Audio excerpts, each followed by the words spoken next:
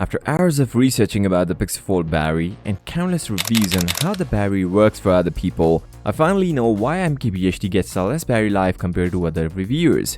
And it will be surprising for you as well. So don't get hesitated, as it can still hold against other Android smartphones. It all comes down to people who already use the Pixel Fold. They can get a better idea, where it came with the Tensor Gen 2, which is not a power efficient processor. But this is not the reason to get the less battery life. DKHD gets about 4 hours of screen on time with the Pixel Fold in the display. Keep that thing in mind, Pixel Fold is here with one of the biggest battery in foldables, which is rated at 4821 mAh. Now the people who are getting big battery numbers are using the cover display, which is quite small at 5.8 inches. Thing to notice, the reviewers also claims that most of them use Pixel Fold cover display for about 80 to 85% of the time, which makes it easy for Pixel Fold to give us about 6 hours or in some cases 7 hours of screen on time, which is near to impossible on any foldable phone. It only happens because they were using the cover display, and Marquez is absolutely right about the battery, so you can get a better idea if you use cover display. You can get a better battery life, even better than the Pixel 7 Pro.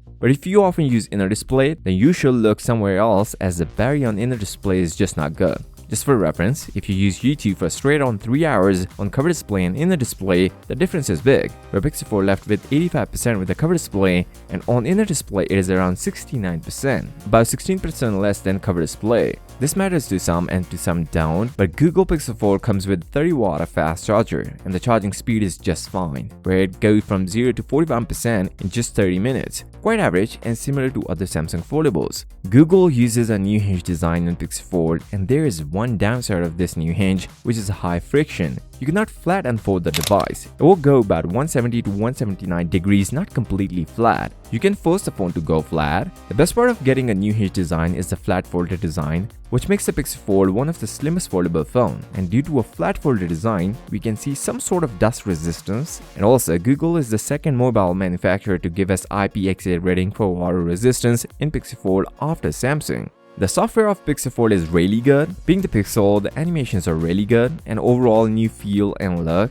and it didn't lag the performance. Although it is using the old Tensor Gen 2 chipset, but it works really well. One downside of the Pixel Fold is the app optimization. You cannot see a support for inner display.